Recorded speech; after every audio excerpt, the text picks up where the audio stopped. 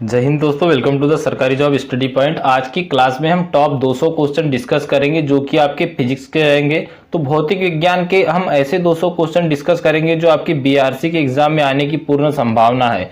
खास तौर पे उन स्टूडेंट के लिए जो आईटीआई पास आउट स्टूडेंट है, जिन्होंने आईटीआई से अप्लाई किया है और साथ ही लेबोरेटरी और प्लांट ऑपरेटर से अप्लाई किया है, उनके लिए क्लास मोस्ट इंपॉर्टेंट रहने वाली है। तो क्लास को आप एंड तक वॉच कीजिएगा। अगर आप यह 200 क्वेश्चन कंप्लीट कर लेते हो और इसी के साथ में अगर आपने केमिस्ट्री की क्लास भी पूरी लगाई तो आपका लगभग यहाँ पर जो है कवर हो जाएगा साइंस। अगर आपने पिछली क्लासेस नहीं देखी है तो प्लेलिस्ट बनी हुई है, प्लेलिस्ट में जाइए, चैनल पर विजिट कीजिए, प्लेलिस्ट बनी हुई है, वहां से आप पुरानी क्लासेस को भी जरूर लगाइए। लगभग हमने आपका यहाँ पर पूरा कोर्स कंप्लीट कर दिया है। इसी के साथ में ई बुक आदि भी आपके लिए जो है पीडीएफ आदि भी प्रोवाइड कराए थे, उसकी लिंक आपको वीडियो के डिस्क्रिप्शन बॉक्स में मिल जाएगी। तो चलिए क्लास को स्टार्ट करते बिना देरी किए। एंड तक पूरे पेशेंस के साथ वॉच कीजिएगा ताकि आपके पूरे क्वेश्चन कवर अप हो जाए। और इसी के साथ में मैं हम्बल रिक्वेस्ट करना चाहूंगा, अगर आप चैनल पर पहली बार विजिट कर रहे हो तो चैनल को सब्सक्राइब करके बेल आइकन को ऑन कर दीजिएगा, साथ ही साथ वीडियो को लाइक जरूर कीजिएगा। फर्स्ट क्वेश्चन है आपका यहाँ पे, प्रकाश वर्ष इकाई होती है। तो प्रकाश वर्ष जो इकाई होती है यह होती है दूरी की या डिस्टेंस की इकाई होती है आपकी प्रकाश वर्ष। ऑप्शन नंबर ए यहाँ पे आपका करेक्ट आंसर हो जाएगा। नेक्स्ट क्वेश्चन देखिए, अगला क्वेश्चन है, 1 माइक्रोन लंबाई के बराबर होता है। तो देखिए जो 1 माइक्रोन होता है यह होता है 0.001 mm के बराबर। तो इसका करेक्ट आंसर आ जाएगा आपका 0.001। यहाँ पर जो ऑप्शन दिए गए हैं ये दोनों सेम ऑप्शन हो गए हैं, इस पे आप मत जाइएगा। आपका जो करेक्ट आंसर है वो आ जाएगा 0.001 mm। नेक्स्ट क्वेश्चन देखिए, इंपॉर्टेंट क्वेश्चन है और ये पिछली बार बीआरसी या एनपीसीएल इन दोनों में से किसी न किसी एग्जाम में पूछा गया क्वेश्चन है। इसमें पूछा गया एक बैरल तेल लगभग बराबर होता है। तो देखिए एक बैरल में कितने लीटर होते हैं, तो वो होते हैं 159 लीटर, 159 ध्यान में रखिएगा। अप्रोक्स आपका जो करेक्ट आंसर है वह आ जाता है 159, 159 लीटर। ऑप्शन नंबर बी यहाँ पे आपका करेक्ट आंसर हो जाता है। नेक्स्ट क्वेश्चन है आपका, इसमें आपसे पूछा गया है विस्थापन का एसआई मात्रक क्या है। तो देखिए विस्थापन का एसआई मात्रक होता है मीटर, यहाँ पर एम से डिनोट किया जाता है। ए यहाँ पे आपका करेक्ट आंसर हो जाएगा। नेक्स्ट है आपका, दूरी की सबसे बड़ी इकाई क्या होती है। तो यह क्वेश्चन आपने कई बार पढ़ा होगा। दूरी की सबसे बड़ी इकाई होती है आपकी पारसेक। तो ए यहाँ पे आपका करेक्ट आंसर हो जाएगा। दूरी की सबसे बड़ी इकाई क्या होती है, तो दूरी की सबसे बड़ी इकाई होती है पारसेक। नेक्स्ट क्वेश्चन देखिए, यहाँ क्वेश्चन को समझिएगा, इंपॉर्टेंट क्वेश्चन है। ऐसे क्वेश्चन ही अधिकतर स्टूडेंट रॉन्ग करके आ जाता है। इसमें पूछा गया है विषम को बताइए। यहाँ पर आपको ऑप्शन दिए माइक्रोन, मोल, प्रकाश वर्ष और एंगस्ट्रम। तो देखिए जो माइक्रोन होता है, इसी के साथ में जो प्रकाश वर्ष होता है और एंगस्ट्रम होता है, यह तीनों ही दूरी की इकाइयां होती है, यूनिट्स होती है अलग अलग इसमें। लेकिन मोल जो होता है यह दूरी की इकाई नहीं होती। तो इसलिए आपका करेक्ट आंसर आ जाएगा यहाँ पे ऑप्शन नंबर बी। तो यहाँ पर ऑप्शन नंबर बी आपका करेक्ट आंसर हो जाएगा। अगला क्वेश्चन है, इसमें आपसे पूछा गया है प्रकाश वर्ष का उपयोग क्या दर्शाने के लिए किया जाता है। क्या प्रकाश की तीव्रता दर्शाने के लिए। तो देखिए हमने अभी पिछला ही क्वेश्चन क्या डिस्कस किया था कि प्रकाश वर्ष जो होता है ये किसका मात्रक होता है, दूरी का मात्रक होता है। तो आपका जो करेक्ट आंसर है वह क्या होना चाहिए, यहाँ पर दूरी को दर्शाने के लिए यूज किया जाता है। डी यहाँ पे आपका करेक्ट आंसर हो जाएगा। चलिए नेक्स्ट क्वेश्चन देखिए, सॉरी प्रकाश वर्ष की बात की थी हमारी, और प्रकाश वर्ष किसका मात्रक होता है, तो प्रकाश वर्ष यहाँ पर दूरी, यहाँ पे आपका करेक्ट आंसर हो जाएगा। चलिए अगला क्वेश्चन है यहाँ पे, नेक्स्ट क्वेश्चन है आपका, निम्न में से सबसे छोटी इकाई क्या है। तो देखिए यहाँ पर अधिकतर स्टूडेंट आप माइक्रोन करेक्ट करके आ जाओगे, लेकिन यहाँ पर अकॉर्डिंग टू ऑप्शन दूरी की सबसे छोटी इकाई होती है फर्मी। क्या होती है, दूरी की सबसे छोटी इकाई होती है फर्मी। तो बी यहाँ पे आपका करेक्ट आंसर हो जाएगा। अगला क्वेश्चन है कि यहाँ पे आपको पूछा गया है प्रतीक चिन्ह है जिसको कि सीडी से प्रतीक किया गया है, डिनोट किया गया, यह किसका प्रतीक है, किसकी यूनिट है या किसका प्रतीक है। तो यह होता है दीप्त तीव्रता का। सी यहाँ पे आपका करेक्ट आंसर हो जाएगा। क्या हो जाएगा, दीप्त तीव्रता का। अगला क्वेश्चन देखिए, एसआई पद्धति की मूल इकाइयां कितनी होती है। इंपॉर्टेंट क्वेश्चन रहेगा, ध्यान में रखिएगा। बेसिक क्वेश्चन है लेकिन अधिकतर रॉन्ग करके आ जाते हो। इसका जो करेक्ट आंसर है वो आ जाएगा 7, मतलब जो कि मूल इकाइयां होती है वो कितनी होती है, तो यहाँ पर आ जाएगा आपका करेक्ट आंसर 7। इसके बाद स्टेरेडियन और रेडियन यह अलग हो जाती है। अगला क्वेश्चन है यहाँ पर 10 की पावर 12 के लिए पूर्व लग्न क्या होगा। क्या मेगा होगा, गीगा होगा, टेरा होगा या पेंटा होगा। तो इसका जो करेक्ट आंसर है वो क्या आ जाएगा, टेरा होगा। सी यहाँ पे आपका करेक्ट आंसर हो जाएगा। नेक्स्ट क्वेश्चन देखिए, हम क्वेश्चनों को फास्टली इसीलिए कर रहे हैं ताकि आपके पूरे क्वेश्चन कवर अप हो जाए। आप सभी जानते होंगे आपके एग्जाम स्टार्ट है, आपके पास ज्यादा समय नहीं है, तो अधिक से अधिक हम रिवीजन ही कर सकते हैं यहाँ पे। और आप अधिक से अधिक रिवीजन कीजिए ताकि क्या है आपके क्वेश्चन अधिक से अधिक राइट हो और क्वेश्चन आपके बाहर ना जाए। मैं पूरी कोशिश करूंगा कि आपका साइंस भी यहाँ पे लगभग पूरा कवर हो जाए। अगर आपने अभी तक वीडियो को लाइक नहीं किया है प्लीज वीडियो को लाइक जरूर कीजिएगा। नेक्स्ट क्वेश्चन है आपका, निम्नलिखित में से कौन सा मानक इकाई नहीं है। देखिए जो मूल इकाई पूछी गई है कि कौन सा मानक इकाई नहीं है, तो इसका जो करेक्ट आंसर है वो आ जाएगा आपका लीटर। क्या आ जाएगा? लीटर आपका करेक्ट आंसर आ जाएगा। ऑप्शन नंबर बी यहाँ पे आपका राइट आंसर हो जाएगा। अगला क्वेश्चन देखिए, एक फर्मी बराबर होता है। तो यहाँ पर क्या पूछा है आपको? एक फर्मी बराबर होता है। तो एक फर्मी जो होता है यह होता है 10 की पावर 15 मीटर। तो आपका ऑप्शन जो है ए करेक्ट हो जाएगा। ए यहाँ पे आपका राइट आंसर हो जाएगा। नेक्स्ट क्वेश्चन देखिए, अगला क्वेश्चन है आपका, इसमें आपसे क्या पूछा गया है? समय से कौन सा पद संबंधित है? समय के साथ में तो देखिए यहाँ पर दिया है प्रकाश वर्ष, इसके साथ में पारसेक और एंस्ट्रोग्राम तो एंगस्ट्रॉम। तो यह हमने अभी डिस्कस किया था, क्या है? यह दूरी की इकाइयां है, लेकिन जो अधिवर्ष है यह समय से संबंधित है। तो सी यहाँ पे आपका करेक्ट आंसर हो जाएगा। अगला क्वेश्चन देखिए, नेक्स्ट है आपका क्वेश्चन नंबर 15। इसमें पूछा गया है और यह आया है टॉलरेंस से, जो कि आपका वर्नियर कैलिपर्स का टॉलरेंस होता है। एक वर्नियर कैलिपर्स में 10 भाग होते हैं और वे मुख्य पैमाने के 9 बराबर भागों में होते हैं। यदि मुख्य पैमाने को मिलीमीटर में अनुसंशोधित किया जाए तो अल्पतमांक कितना होगा? तो जब मिलीमीटर में इसको अनुसंशोधित किया जाता है तब इसका अल्पतमांक हो जाता है 0.1, जो कि आपके ऑप्शन नंबर बी में मिल जाएगा। वैसे अगर नॉर्मली वर्नियर कैलिपर्स की बात की जाए तो इसका टॉलरेंस जो होता है, अल्पतमांक जो होता है 0.02 होता है। ध्यान में रखिएगा, इंपॉर्टेंट क्वेश्चन रहेगा। अगला क्वेश्चन है आपका, इसमें आपसे पूछा गया है त्वरण की कौन सी इकाई सही है। तो त्वरण की इकाई आपकी कौन सी होती है? तो वह होती है metre per second square. Option number C correct हो जाएगा। इंपॉर्टेंट क्वेश्चन रहेगा। त्वरण की इकाई क्या होती है? मीटर पर सेकेंड स्क्वायर होती है। ध्यान में रखिएगा। अगला क्वेश्चन देखिए, अगला क्वेश्चन है आपका, 1 मीटर के बराबर है। तो देखिए जो 1 मीटर होता है यह बराबर होता है किसके? तो 1 मीटर बराबर होता है 10 की पावर 6 के। जब आप 10 का ऐसा इनको गुना करोगे तो यहाँ पर आपको यहाँ पर निकल के आ जाएगा आपका ए जो है यहाँ पे करेक्ट आंसर हो जाएगा। चलिए अगला क्वेश्चन देख लेते हैं। नेक्स्ट है, एक एंगस्ट्रॉम ए के बराबर है। तो देखिए इसका जो करेक्ट आंसर है वो आ जाएगा आपका 10 की पावर -10 मीटर। सी यहाँ पे आपका करेक्ट आंसर हो जाएगा। अगला क्वेश्चन देखिए, अगला क्वेश्चन है, एक स्टॉप घड़ी में 0 से 5 सेकंड के चिन्हों को 10 भागों में अंशांकित किया गया है। तो स्टॉप घड़ी का अल्पतमांक क्या होगा? देखिए क्वेश्चन क्या कह रहा है आपसे कि एक जो स्टॉप घड़ी है इसमें जो 0 से लेके 5 तक की काउंटिंग है, इसको भी टोटल यहाँ पर कितने 10 भागों में विभक्त कर दिया गया है। तो इसका अल्पतमांक कितना होगा? तो इसका अल्पतमांक होगा आपका 0.5। क्या हो जाएगा? 0.5। अगर ऑप्शन की बात करें तो यह आप ऑप्शन देख सकते हो, यहाँ पे ऊपर ही आपको ऑप्शन दिए गए इसके कि कौन सा ऑप्शन इसका जो है राइट हो जाएगा।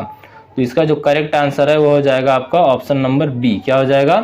ऑप्शन नंबर बी यहाँ पे आपका करेक्ट आंसर हो जाएगा। नेक्स्ट क्वेश्चन देखिए, इसमें आपसे पूछा गया है, देखिए इसमें हम पहले जो क्वेश्चन रहेंगे लगभग क्वेश्चन यूनिट्स के हैं और आप जानते होंगे कि लगभग 1 से 2 क्वेश्चन आपको यूनिट से भी दिखाई देंगे। तो यहाँ से आपको यूनिट वाला भी चैप्टर कवर हो जाएगा। साथ ही साथ 1 क्विंटल किसके बराबर होता है? तो देखिए 1 क्विंटल बराबर होता है 100 किलोग्राम के। कितने किलोग्राम के होता है? 100 किलोग्राम के होता है। सी यहाँ पे आपका करेक्ट आंसर हो जाएगा। नेक्स्ट क्वेश्चन देखिए, अगले क्वेश्चन में पूछा है पदार्थ की मात्रा किसमें मापी जाती है।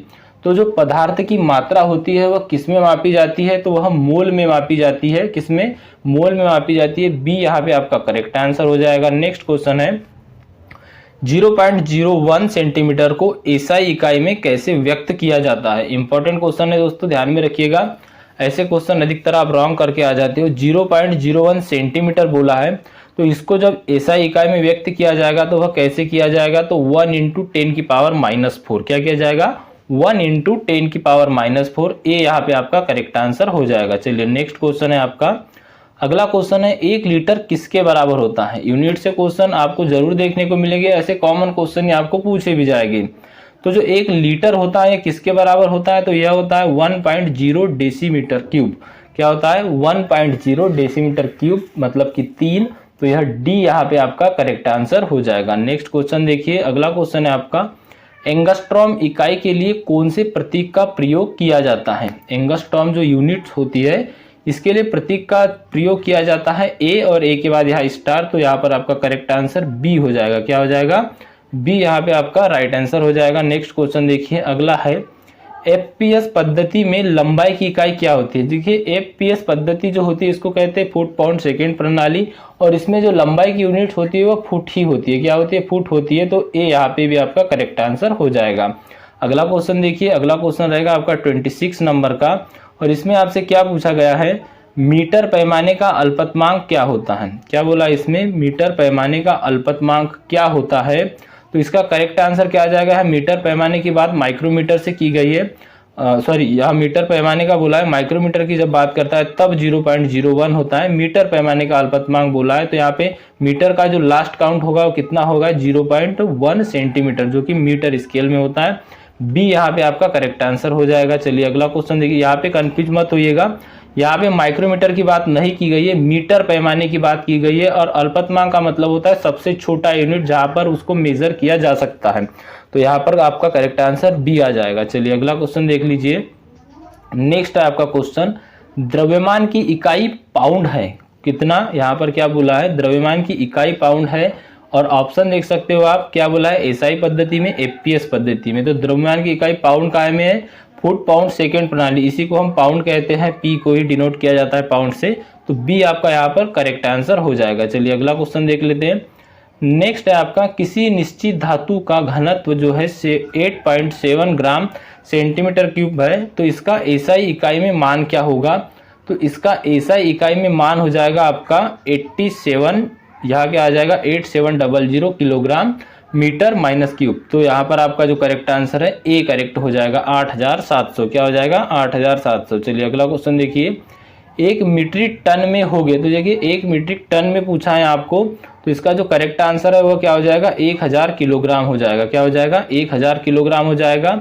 बी यहाँ पे आपका करेक्ट आंसर हो जाएगा। मीट्रिक टन की बात की जाइए, मतलब मीट्रिक पद्धति में टन में कितने किलोग्राम होते हैं। नेक्स्ट क्वेश्चन देखिए, अगला है क्वेश्चन नंबर 30, दाब का मात्रक क्या होता है? दाब का मात्रक क्या होता है? तो वह होता है आपका किलोग्राम मीटर -1 सेकेंड -2। यहाँ पर जो आपका करेक्ट आंसर है ऑप्शन नंबर डी करेक्ट हो जाएगा। अगला क्वेश्चन है, यहाँ पर अकॉर्डिंग टू ऑप्शन था, वैसे आपका इसमें न्यूटन आदि भी ऑप्शन आ सकते थे, लेकिन यहाँ पे आपका वह ऑप्शन नहीं था। भारतीय आदिम की औसत, क्या पूछा इसमें? भारतीय आदमी की औसत ऊंचाई 5 फुट 6 इंच है। इसकी एसआई यूनिट का मूल्य क्या है? तो देखिए जो भारतीय आदमी होता है, इसकी जो एवरेज हाइट होती है वो होती है 5 फुट 6 इंच। तो इसका एसआई यूनिट, मतलब इसको मीट्रिक में बदलेंगे तो वह अप्रोक्स आ जाता है 168 सेंटीमीटर। तो यहाँ पर आपका जो करेक्ट आंसर है सी हो जाएगा। क्या हो जाएगा? सी यहाँ पे आपका करेक्ट आंसर हो जाएगा। चलिए नेक्स्ट क्वेश्चन को देखिए। अगला क्वेश्चन रहेगा आपका 32 नंबर का, और इसमें आपसे क्या पूछा है? तो 32 नंबर के क्वेश्चन में आपसे पूछा है, प्रकाश वर्ष इकाई है, यह नापने का, प्रकाश वर्ष जो यूनिट्स है यह किसको मेजर किया जाता है? तो देखिए जो प्रकाश वर्ष होता है यह किसको मापता है? क्या प्रकाश की गति को मापता है, या ऑप्शन दिया है नक्षत्रीय दूरिया को, रॉकेट की गति को, वायु की दूरिया को? तो देखिए नक्षत्रीय दूरिया यहाँ पे आपका करेक्ट आंसर आ जाएगा। जो प्रकाश वर्ष होता है यह ग्रहों आदि की दूरियों को मापता है। बी यहाँ पे आपका करेक्ट आंसर आ जाएगा। ऐसा थोड़ा घुमा के क्वेश्चन पूछा जा सकता है।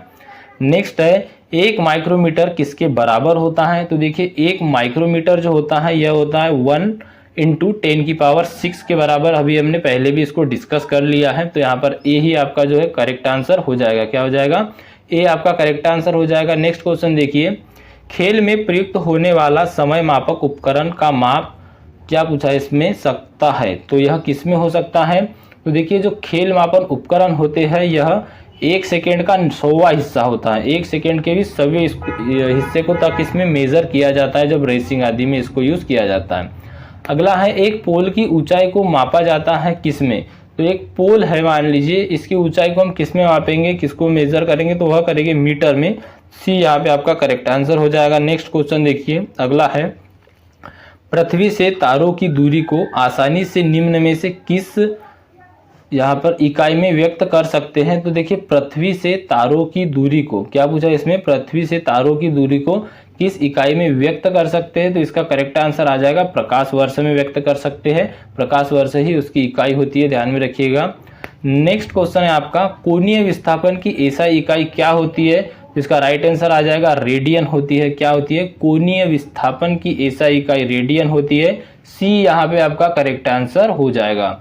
चलिए अगला क्वेश्चन देखिए। नेक्स्ट क्वेश्चन है आपका 38 नंबर का, और 38 नंबर के क्वेश्चन में आपसे पूछा गया है एक दशक इस काल को संदर्भित करता है। एक दशक जो होता है इसमें कितने वर्ष होते हैं, कितने साल होते हैं। तो देखिए एक दशक जो होता है इसमें 10 साल होते हैं, 10 साल को ही एक दशक कहा जाता है। तो ए यहाँ पे आपका करेक्ट आंसर हो जाएगा। ऐसे कॉमन क्वेश्चन भी आपको बीआरसी के एग्जाम में दिखाई देंगे और ऐसे ही क्वेश्चन आपको पूछे भी जा रहे हैं। नेक्स्ट है आपका पार्सेक मात्रक है। तो पार्सेक किसका यूनिट है, अभी हमने एक बार डिस्कस कर लिया है, यह दूरी का यूनिट होता है। सी यहाँ पे आपका करेक्ट आंसर हो जाएगा। नेक्स्ट क्वेश्चन देखिए, निम्न में से दाब की इकाई क्या नहीं है। ध्यान में रखिएगा, यहाँ पर पूछा गया है कि निम्न में से दाब की इकाई क्या नहीं है, बार, पास्कल, एटम या न्यूटन। तो देखिए जो दाब होता है, दबाव, इसकी इकाई जो होती है न्यूटन क्या होती है, इसमें बोला है कौन सी नहीं है। तो ध्यान में रखिएगा क्या आ जाएगा, इसका न्यूटन आपका करेक्ट आंसर आ जाएगा। बार, पास्कल में तो इसको यूज किया ही जाता है, मेजर किया ही जाता है। अगला क्वेश्चन है, निम्न में से कौन सी समय की इकाई नहीं है, चंद्रमास, प्रकाश वर्ष, माइक्रो सेकेंड या लीप वर्ष। तो देखिए यहाँ पर हमको पूछा गया है समय, मतलब कि टाइम की यूनिट्स, और टाइम की यूनिट्स क्या नहीं है, प्रकाश वर्ष नहीं है। प्रकाश वर्ष जो है ये दूरी की यूनिट है। अगला क्वेश्चन है, किलोवाट इकाई है। तो किलोवाट जो होती है ये शक्ति की इकाई होती है। बी यहाँ पे आपका करेक्ट आंसर आ जाएगा। नेक्स्ट है, धारा का एसआई मात्रक क्या है। तो देखिए धारा का जो एसआई मात्रक होता है वह क्या होता है, धारा का एसआई मात्रक होता है एम्पियर। अगला क्वेश्चन, धारा की इकाई क्या होती है। तो धारा की इकाई भी एम्पियर ही होती है, एम्पियर में ही इसको मेजर किया जाता है। इंपॉर्टेंट क्वेश्चन रहेगा, ध्यान में रखिएगा। चलिए अगला क्वेश्चन देख लेते हैं। अगला क्वेश्चन क्या है आपका, इसमें पूछा है आपसे किलोवाट घंटा निम्न में से किसकी इकाई है। तो देखिए किलोवाट घंटा जो होता है यह यूनिट होती है आपकी विद्युत ऊर्जा की। किसकी होती है, विद्युत ऊर्जा की होती है। तो यहाँ पे जो आपका करेक्ट आंसर रहेगा ऑप्शन नंबर बी यहाँ पे आपका करेक्ट आंसर हो जाएगा। अगला क्वेश्चन है, इसमें आपसे पूछा गया है एक तारा पृथ्वी से 12 प्रकाश वर्ष दूरी पर है, इस तारे से पृथ्वी तक आने में प्रकाश को कितना समय लगेगा। देखिए पृथ्वी से कितने वर्ष दूर है, बोला इसमें 12 प्रकाश वर्ष दूर है। तो इसको कितना समय लगेगा, तो इसको लगेगा 12 वर्ष। कितना समय लगेगा, 12 वर्ष लगेगा। तो यहाँ पे करेक्ट आंसर आ जाएगा ऑप्शन नंबर डी। चलिए नेक्स्ट क्वेश्चन देख लेते हैं। अगला क्वेश्चन क्या है आपका, इसमें आपसे पूछा गया एंगस्ट्रॉम किसकी इकाई होती है। तो अभी हमने डिस्कस किया ही था, एंगस्ट्रॉम भी किसकी इकाई होती है, तो यह होती है आपकी लंबाई या दूरी की। तो ए यहाँ पे आपका करेक्ट आंसर हो जाएगा। नेक्स्ट है आपका दीप्त तीव्रता का मात्रक क्या होता है। दीप्त तीव्रता का मात्रक होता है कैंडेला। क्या होता है, कैंडेला होता है। बी यहाँ पे आपका करेक्ट आंसर आ जाएगा। एक प्रकाश वर्ष किसके बराबर होता है। तो एक प्रकाश वर्ष होता है 9.46 इंटू 10⁻15 मीटर। ध्यान में रखिएगा 9.46 गुना 10⁻15 मीटर। यहाँ पर अगर 12 रेखा रहता तो किलोमीटर में हो जाता, लेकिन यहाँ पर सारे यूनिट आपको मीटर में दिखाई देंगे।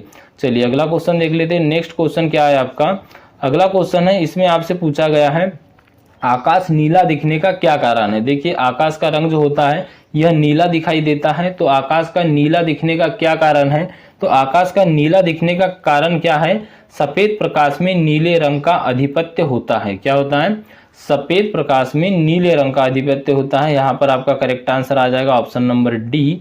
नेक्स्ट क्वेश्चन को देखिए। अगला क्वेश्चन क्या है आपका, अगले क्वेश्चन में आपसे पूछा गया है किसी व्यक्ति का पूरा प्रतिबिंब देखने के लिए समतल दर्पण न्यूनतम ऊंचाई कितनी होनी चाहिए। तो उसकी आधी होनी चाहिए। अकॉर्डिंग टू ऑप्शन यहाँ पर बी करेक्ट आंसर हो जाएगा। व्यक्ति की ऊंचाई की आधी होनी चाहिए दर्पण की ऊंचाई।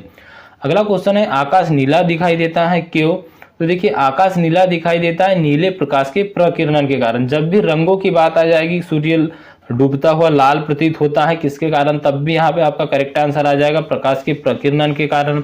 आकाश का नीला या काला दिखाई देना, तो यह भी प्रकाश के प्रकिरणन के कारण। तो ए यहाँ पे आपका करेक्ट आंसर हो जाएगा। जब भी रंगों की बात की जाए ध्यान में रखिएगा प्रकाश के प्रकिरणन के कारण होता है। नेक्स्ट है आपका क्वेश्चन मृग्न तसना का उदाहरण है। तो देखिए मृग्न तसना का क्या उदाहरण है, तो यहाँ पर देखिए मृग्न तसना का जो उदाहरण होता है वह होता है पूर्ण आंतरिक परावर्तन। क्या होता है, पूर्ण आंतरिक परावर्तन होता है। बी यहाँ पे आपका करेक्ट आंसर हो जाएगा। नेक्स्ट क्वेश्चन है जब सूर्य के प्रकाश एक प्रिज्म से होकर गुजरता है तो यह 7 रंगों में बढ़ जाता है। निम्न में से कौन सा रंग इन 7 रंगों में नहीं होता है। तो देखिए जब प्रिज्म से सूर्य के प्रकाश को गुजारा जाता है तो उसमें भूरा रंग नहीं होता है। सी यहाँ पे आपका करेक्ट आंसर हो जाएगा। बैगनी, हरा और नीला ये तीनों रंग होते हैं, लेकिन भूरा रंग इसमें नहीं होता है। तो आपका correct answer option number C हो जाएगा। नेक्स्ट क्वेश्चन देखिए, इसमें आपसे पूछा गया है किसी बिंब का वास्तविक तथा समान आकार का प्रतिबिंब प्राप्त करने के लिए बिंब का उत्तल लेंस के सामने रखा जाना चाहिए। तो देखिए, किसी बिंब का वास्तविक तथा समान आकार का प्रतिबिंब प्राप्त करने के लिए बिंब को कहां पर रखा जाना चाहिए? फोकस दूरी की दोगुनी दूरी पर रखा जाना चाहिए। देखिए दोस्तों, अगर आप साइंस की एक बेहतर वे में तैयारी करना चाहते हो, आपको 20 क्वेश्चन साइंस के पूछे जाना है फर्स्ट एग्जाम में, चाहे वो आपने किसी भी पोस्ट पे अप्लाई किया हो, तो उसके लिए आपको यह ई बुक दिखाई दे रही है, बेस्ट रहेगी। इसमें लगभग आपको 2000 प्रीवियस ईयर क्वेश्चन और इसी के साथ में फिजिक्स, केमिस्ट्री और बायोलॉजी सभी के लगभग 1500 से 1800 क्वेश्चन इसमें इंक्लूड किए गए हैं। आपके पास जितने भी समय है उसमें आप इसको कवर अप कर सकते हो, क्योंकि इससे बाहर से आपके क्वेश्चन नहीं जाएंगे।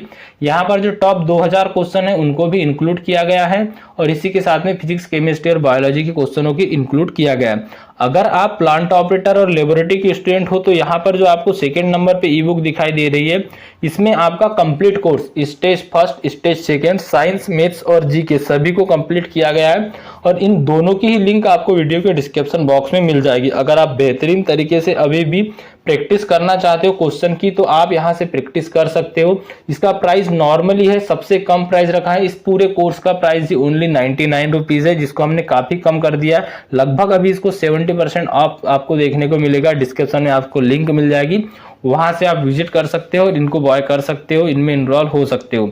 अदर कोई जानकारी चाहिए तो आपको डिस्क्रिप्शन में नंबर भी मिल जाएगा, वहां पे आप व्हाट्सएप पर मैसेज भी कर सकते हो।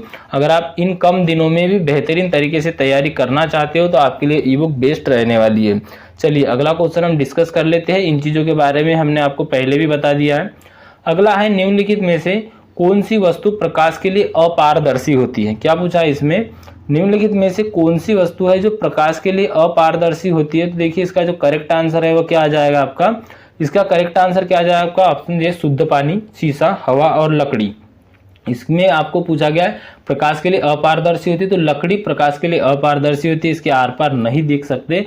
डी यहाँ पे आपका करेक्ट आंसर हो जाएगा। नेक्स्ट क्वेश्चन देखिए, इसमें आपसे पूछा गया प्रकाशीय तंतु का उपयोग कहां पर किया जाता है? इंपॉर्टेंट क्वेश्चन है यह क्वेश्चन, पिछली बार बीआरसी की ही एग्जाम में पूछा गया था। अब किस पोस्ट पे पूछा गया था मुझे उतना कंफर्म नहीं, लेकिन पूछा गया था प्रकाशीय तंतु का प्रयोग कहां पर किया जाता है? तो संचार में किया जाता है। किसमें किया जाता है? कम्युनिकेशन, संचार में किया जाता है। डी यहाँ पे आपका करेक्ट आंसर हो जाएगा। नेक्स्ट क्वेश्चन है, रात्रि दृष्टि यंत्र में किस प्रकार की तरंगों का इस्तेमाल किया जाता है? जो रात को देखने वाले यंत्र होते हैं, इसमें जो तरंगे होती है वो पराबैंगनी तरंगे होती है, तो ए यहाँ पे आपका करेक्ट आंसर हो जाएगा। नेक्स्ट क्वेश्चन देखिए, ऑप्टिकल फाइबर किस सिद्धांत के आधार पर काम करता है? तो ऑप्टिकल फाइबर जो होता है वह आपके प्रकाश का पूर्ण आंतरिक परावर्तन के सिद्धांत पे कार्य करता है। करेक्ट आंसर आपका सी रहेगा। इंपॉर्टेंट क्वेश्चन रहेगा, ध्यान में रखिएगा।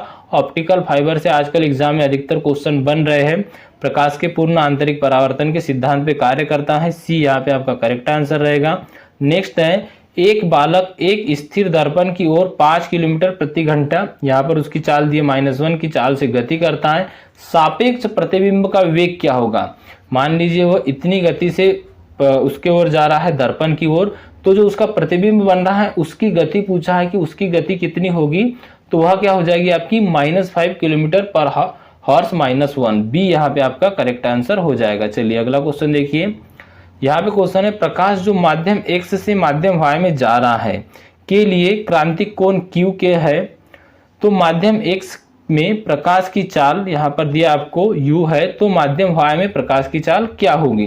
तो देखिए यहाँ पे जो आपका करेक्ट आंसर हो जाएगा साइन क्यू। क्या हो जाएगा आपका करेक्ट आंसर? आप देख सकते हो ऑप्शन नंबर डी में u अपान साइन क्यू क्या हो जाएगा? तो ध्यान में रखिएगा u अपान साइन क्यू क्या हो जाएगा? u अपान साइन क्यू, क्योंकि आपको पूछा गया कि जो प्रकाश जो माध्यम x से माध्यम y में जा रहा है, लेकिन क्रांतिक कोण क्या है? q है। तो माध्यम x में प्रकाश की चाल u है, तो माध्यम y में प्रकाश की चाल क्या होगी? तो यहाँ पर आपका करेक्ट आंसर क्या हो जाएगा? u upon sine Q. यहाँ पर ऑप्शन डी आपका करेक्ट आंसर हो जाएगा। चलिए अगला क्वेश्चन देख लेते हैं।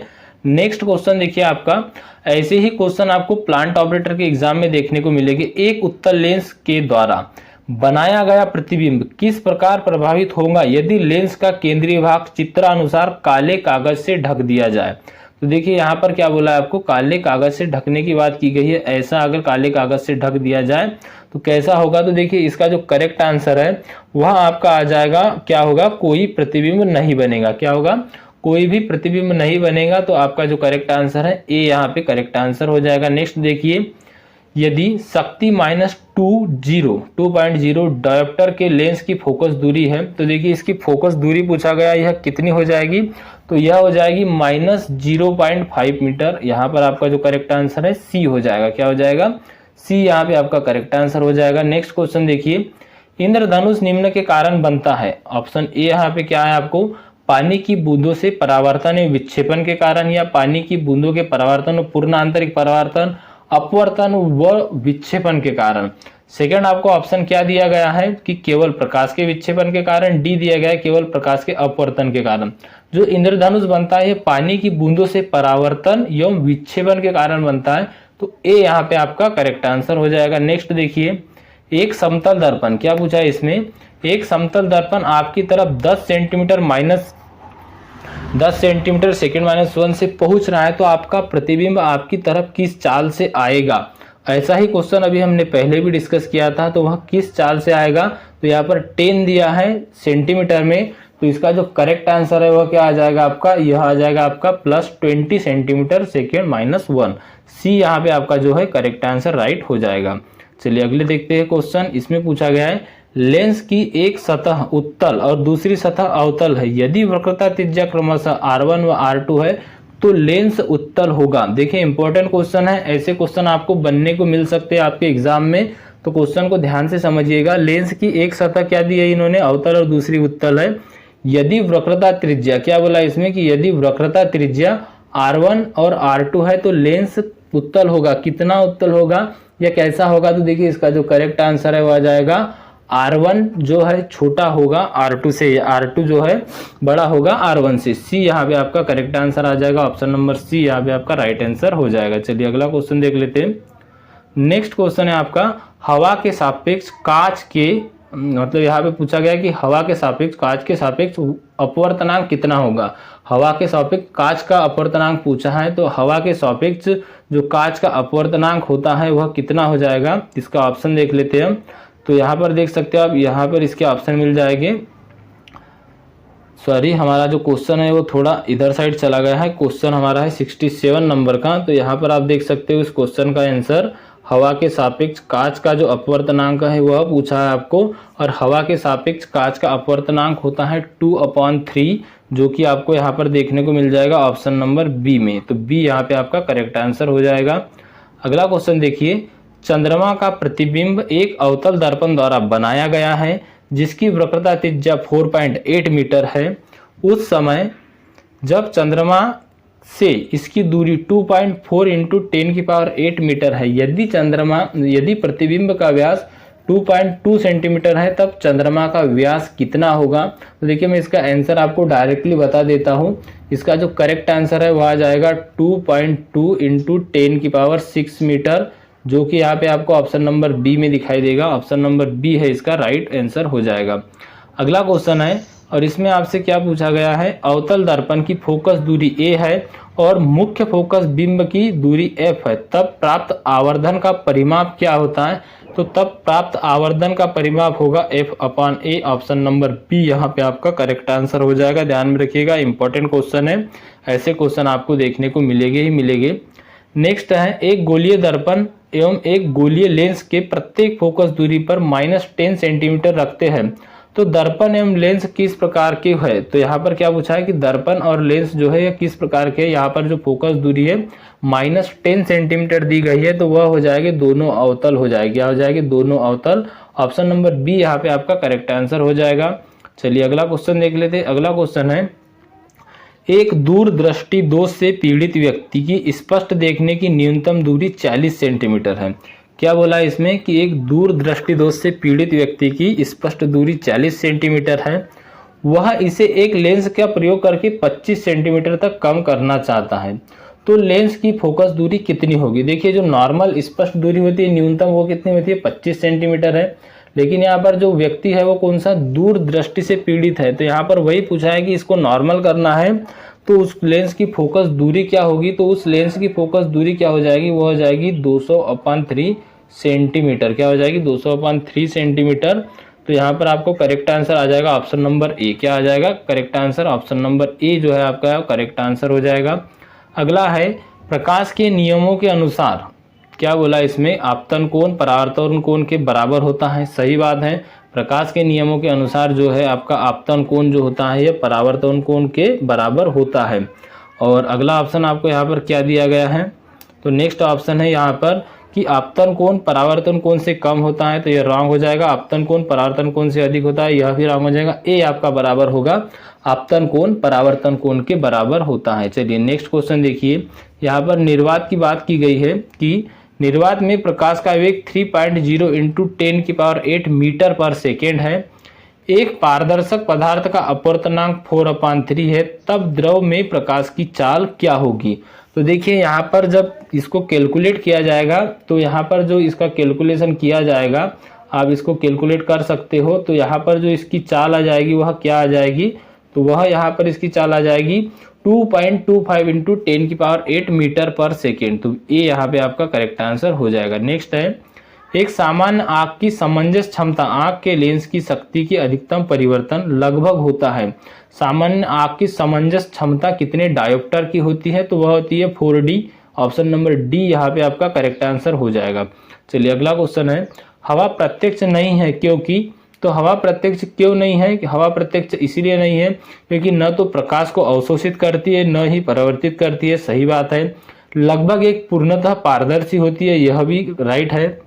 समूचे प्रकाश को पारगोमित करती है, तो यह भी सही है। तो आपका correct answer option number D हो जाएगा, उपरोक्त सभी। अगला क्वेश्चन देख लेते हैं, एक माध्यम का अपवर्तनांक किस पर निर्भर करता है। एक माध्यम का अपवर्तनांक किस पर निर्भर करेगा, माध्यम के पदार्थ की प्रकृति पर करेगा, यह राइट हो जाएगा।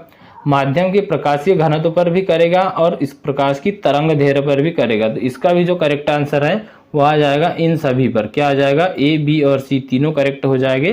तो ऑल ऑफ दिस यहाँ पे आपका राइट आंसर हो जाएगा। अगला क्वेश्चन है, यदि पानी का हवा के सापेक्ष अपवर्तनांक 4/3 है, तब हवा का पानी के सापेक्ष अपवर्तनांक कितना होगा। देखिए यहाँ पर जो क्या पूछा गया है, 4/3 हवा के सापेक्ष अपवर्तनांक है पानी का, और यहाँ पर पूछा है तो हवा का पानी के सापेक्ष क्या हो जाएगा। तो इसका जो करेक्ट आंसर है वह क्या आ जाएगा, जस्ट इसी का उल्टा क्या हो जाएगा, 3/4, जो कि आपको ऑप्शन नंबर बी में देखने को मिल जाएगा। चलिए अगला क्वेश्चन देख लीजिए। नेक्स्ट क्वेश्चन है आपका, इसमें आपसे क्या पूछा गया है। अगला क्वेश्चन आ जाएगा आपका 78 नंबर का, और लगभग हम आधे क्वेश्चन यहाँ पर कंप्लीट कर चुके हैं।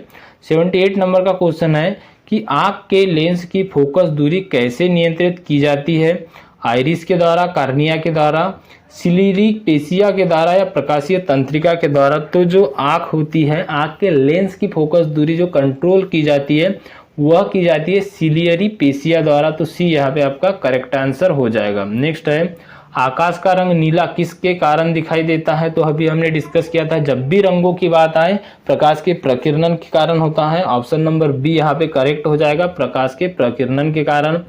नेक्स्ट क्वेश्चन देखिए, अदिश राशियों के बराबर क्या सत्य है। देखिए क्वेश्चन में क्या पूछा गया है, यहाँ पर अदिश राशियों के बारे में क्वेश्चन पूछा गया है, और इसमें पूछा गया है कि क्या सत्य है कि अदिश राशियाँ दिशा भी दिखा सकती है, या अदिश राशियाँ बीजगणितीय रूप से जोड़ी जा सकती है, या अदिश राशियों का योग में विशिष्ट नियम है, या अदिश को प्रदर्शित करने के विशिष्ट तरीका होता है। तो अदिश राशियों के संबंध में यहाँ पर निम्न में से क्या सत्य है। तो देखिए इसका जो करेक्ट आंसर है वो हो जाएगा, अदिश राशियों का बीजगणितीय रूप से जोड़ किया जा सकता है। तो बी यहाँ पे आपका करेक्ट आंसर हो जाएगा। चलिए नेक्स्ट क्वेश्चन देखिए।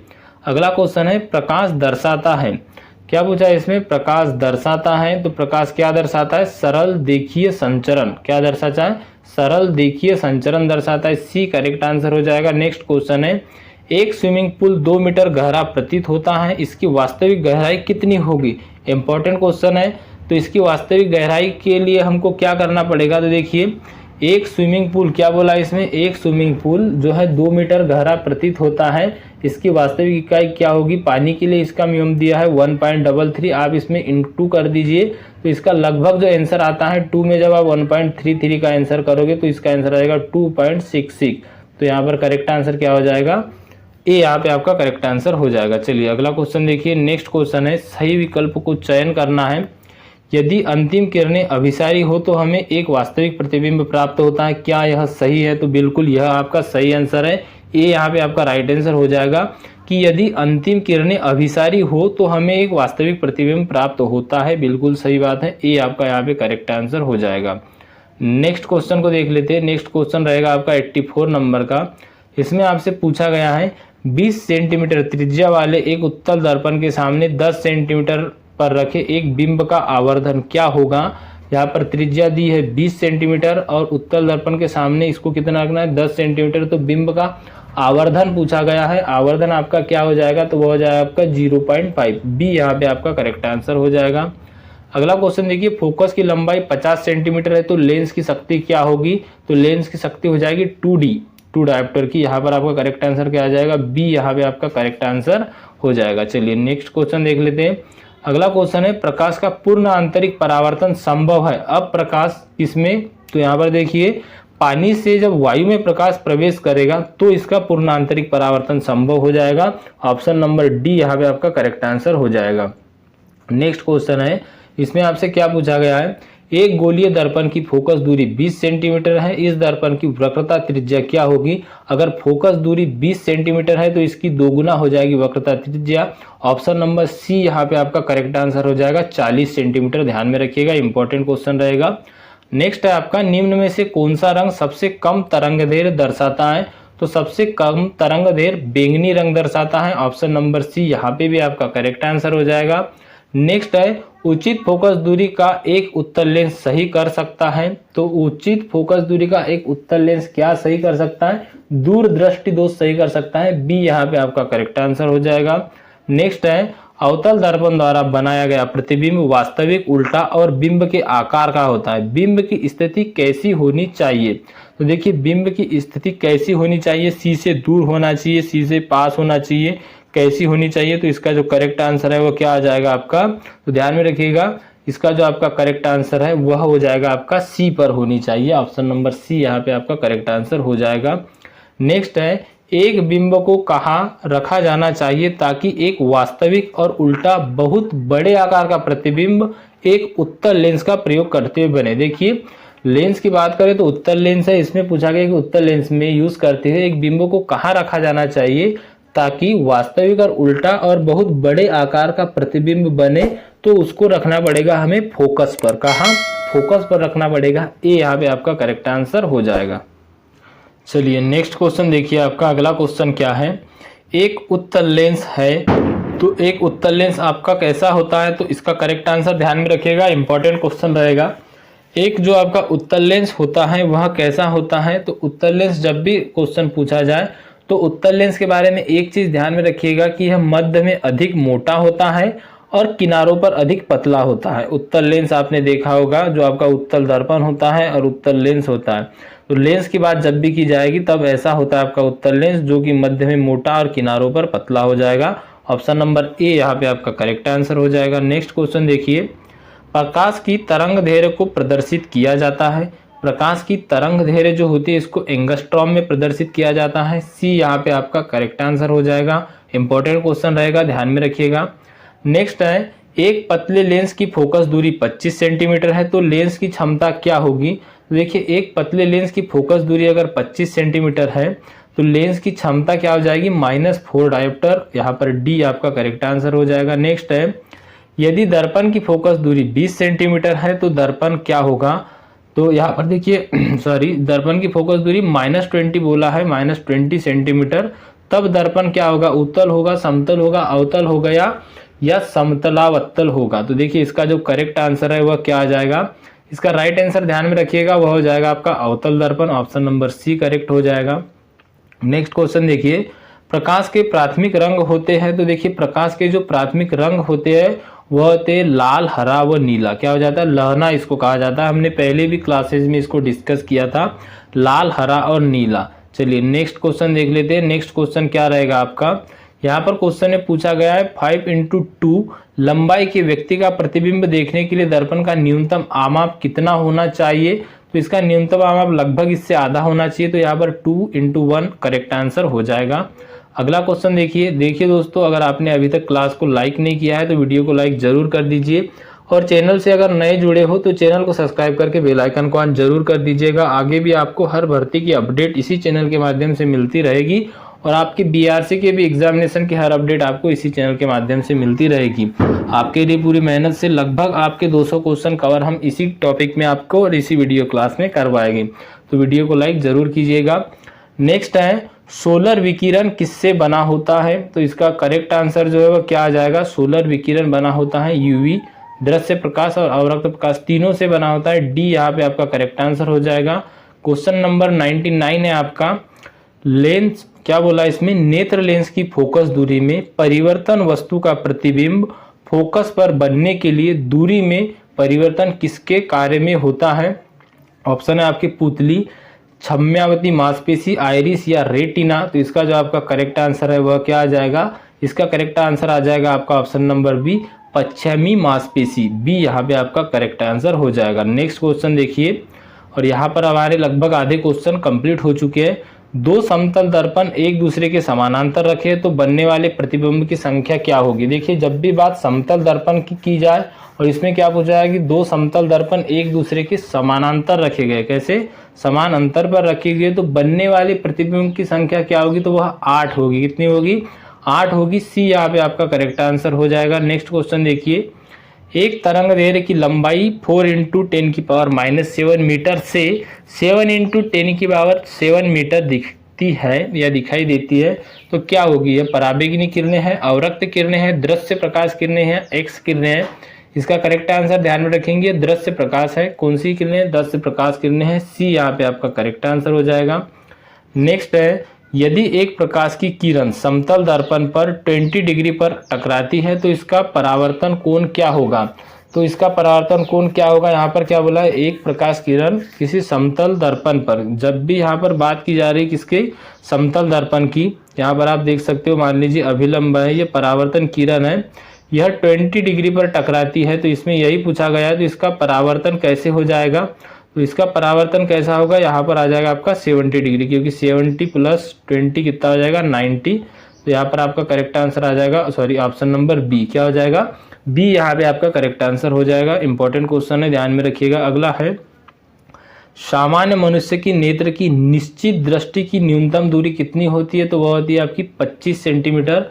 सी यहाँ पे आपका, सॉरी बी यहाँ पे आपका करेक्ट आंसर हो जाएगा। नेक्स्ट क्वेश्चन को देखिए, अगला क्वेश्चन है आपका 104 नंबर का, और इसमें आपसे पूछा गया है चलचित्र में किसका उपयोग किया जाता है? चलचित्र जो आप टेलीविजन आदि पे देखते हो उसी की बात की गई है। क्या इसमें समंजन का, दृष्टि निर्बंधन का, दूर बिंदु का, निकट बिंदु का, किसका यूज किया जाता है? तो इसका करेक्ट आंसर आपका आ जाएगा दूर बिंदु का यूज किया जाता है। बी सॉरी सी यहाँ पे आपका करेक्ट आंसर हो जाएगा, क्या हो जाएगा? दूर बिंदु यहाँ पे आपका करेक्ट आंसर हो जाएगा। नेक्स्ट है, एक लड़का विवेक से एक समतल दर्पण की ओर दौड़ता है, उसका प्रतिबिंब किस चाल से उसकी ओर दौड़ेगा? तो यही क्वेश्चन हमने थोड़ा अलग तरीके से डिस्कस किया था, लगभग उसका आधा होना चाहिए। बोला था यहाँ पर पूछा गया कि एक लड़का विवेक से समतल दर्पण की ओर दौड़ता है, उसका प्रतिबिंब किस चाल से, यहाँ पर चाल की बात की गई है, उसकी ओर दौड़ेगा, तो उसका प्रतिबिंब भी सेम उसी की ओर दौड़ेगा, मतलब V = V आ जाएगा। सी यहाँ पे आपका करेक्ट आंसर हो जाएगा। नेक्स्ट देखिए, यदि पृथ्वी पर कोई वायुमंडल नहीं है तब आकाश का रंग कैसा होगा? जब भी ऐसा क्वेश्चन बनता है ध्यान में रखिएगा, आकाश का रंग काला होगा। वायुमंडल के कारण, अगर वायुमंडल नहीं होगा तो आकाश का रंग कैसा दिखाई देगा? हमें काला दिखाई देगा। बी यहाँ पे आपका करेक्ट आंसर हो जाएगा। नेक्स्ट क्वेश्चन देखिए, एक प्रकाश की किरण समतल दर्पण पर गिरने के बाद 30 का कोण बनाती है, परावर्तन होने पर किरण किस कोण में विचलित होगी? क्या बात की इसमें, किस कोण में विचलित होगी? तो यहाँ पर आप देख सकते हो 90 में आप जब 38 करोगे तो 120 आ जाएगा, 120 डिग्री। क्या आ जाएगा? सी यहाँ पे आपका करेक्ट आंसर हो जाएगा। अगला क्वेश्चन देखिए, गोलीय दर्पण से चाहे आप जितनी मर्जी दूर खड़े हो आपका प्रतिबिंब सीधा प्रतीत होता है। दर्पण हो सकता है, कौन सा दर्पण हो सकता है? समतल दर्पण, अवतल दर्पण, उत्तल दर्पण या समतल अथवा उत्तल दर्पण। तो इसका जो करेक्ट आंसर है ऑप्शन नंबर डी ही रहेगा, समतल अथवा उत्तल दर्पण।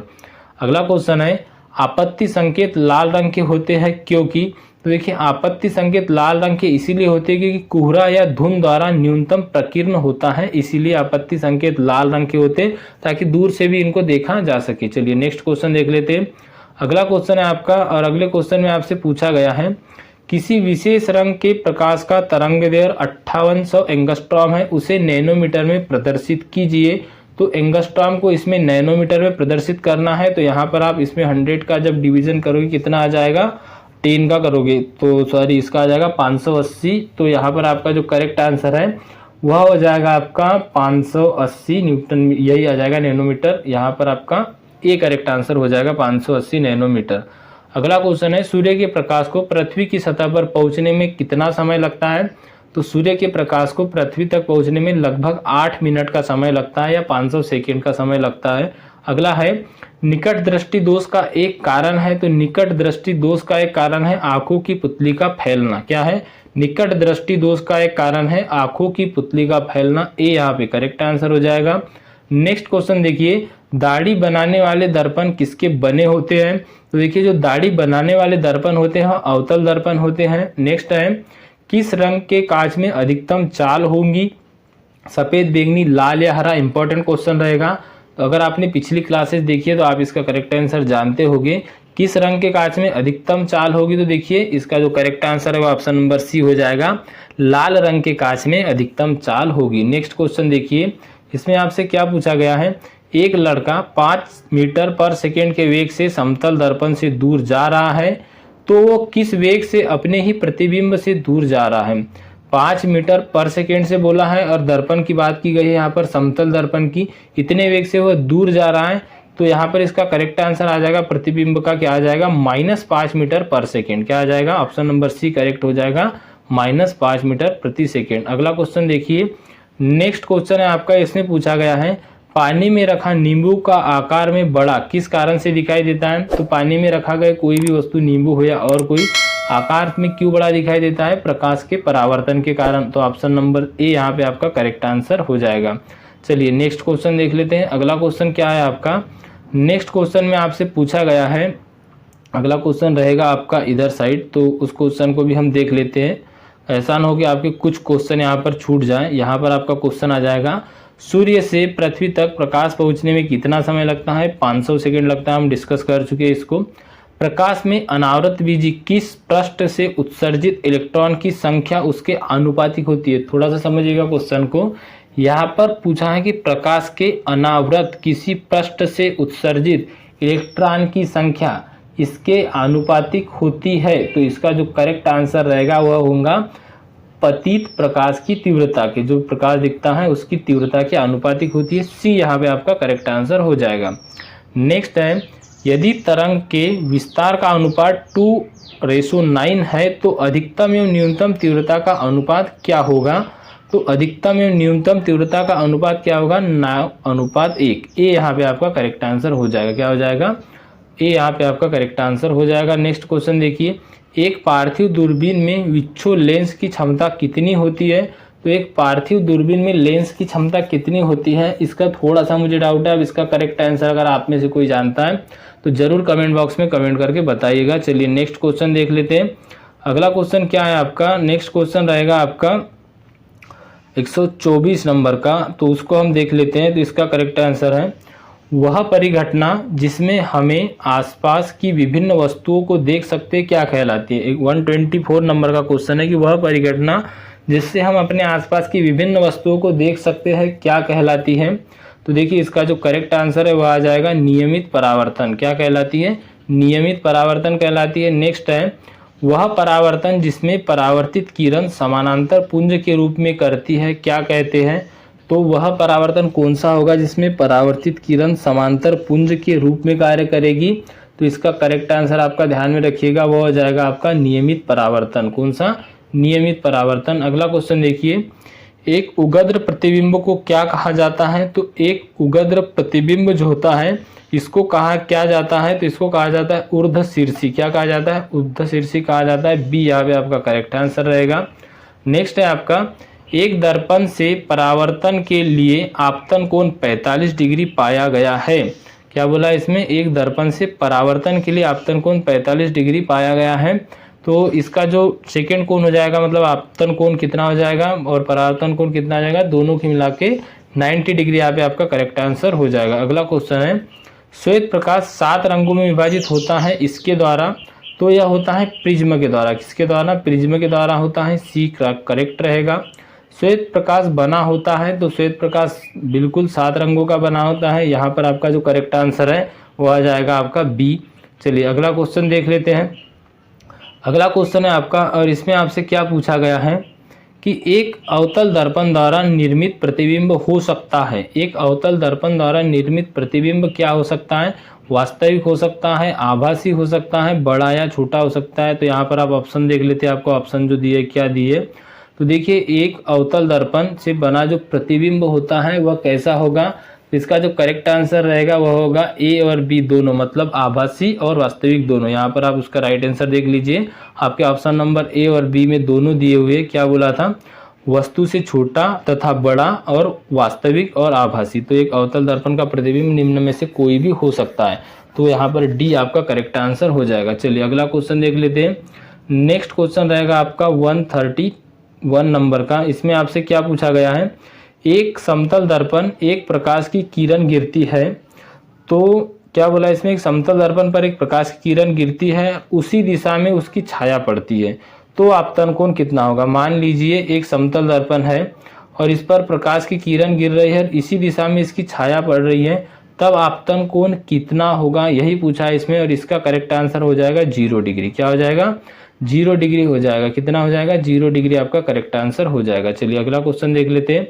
नेक्स्ट क्वेश्चन है आपका, उत्तल लेंस होते हैं, ऑप्शन दिए आपको, दोनों किनारों और बीच में पतले, बीच में एवं किनारों पर मोटे, बीच में मोटे एवं किनारों पर पतले। तो अभी हमने डिस्कस किया था जो उत्तल लेंस होते हैं आपके वह कैसे होते हैं। सॉरी, यहाँ पर उत्तल लेंस की बात की जा रही है, ना कि उत्तल दर्पण की। और यह जो होते हैं बीच में एवं किनारों पर मोटे, यह आपका गलत हो जाएगा।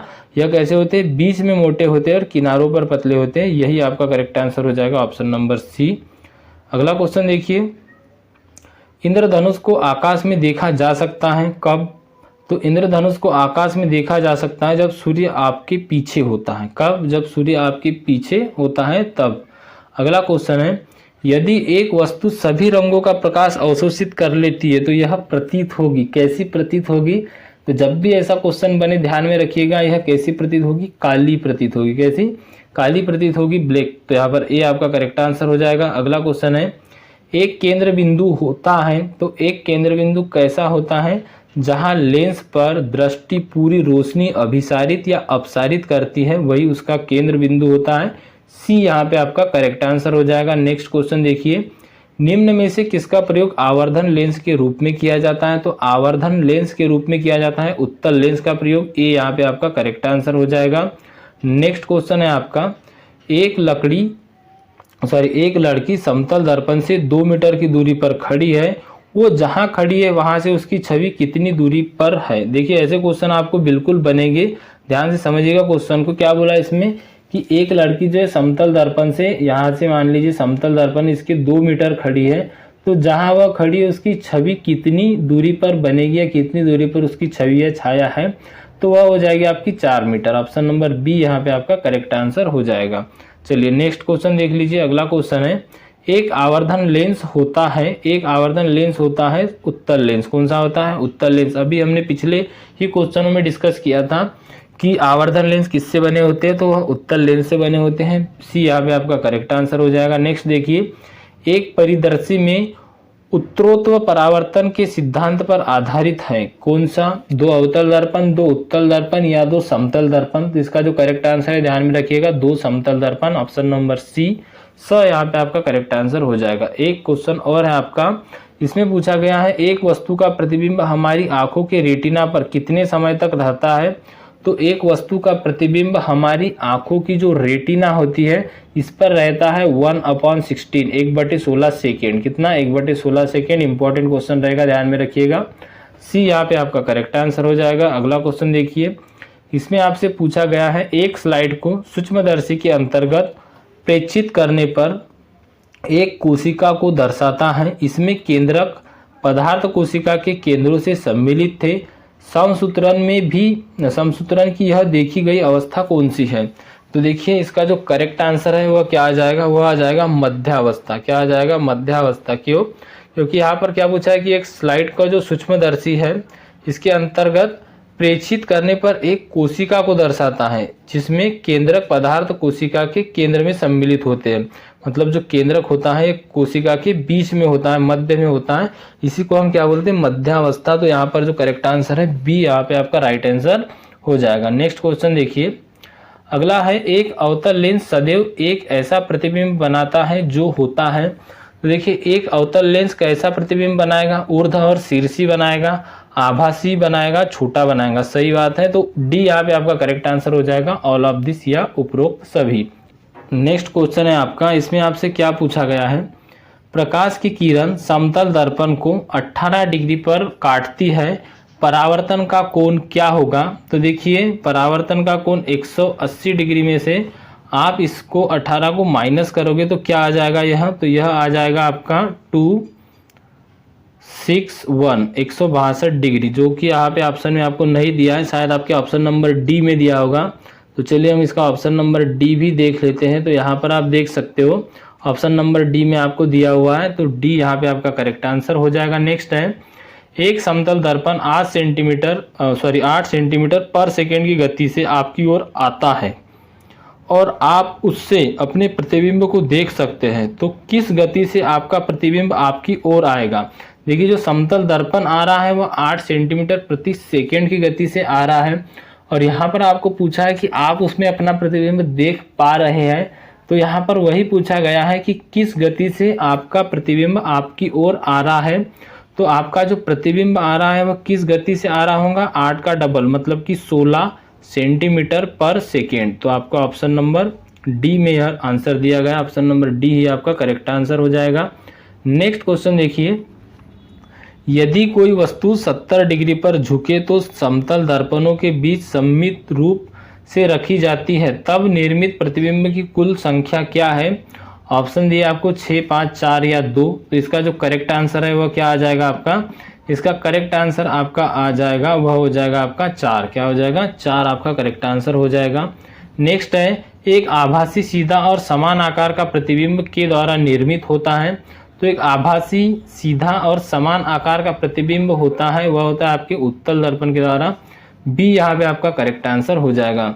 दोस्तों यह जो टॉपिक है आपका लेंस वाला है यह कवर हो जाएगा तो इसके आगे आपका नया टॉपिक लगेगा।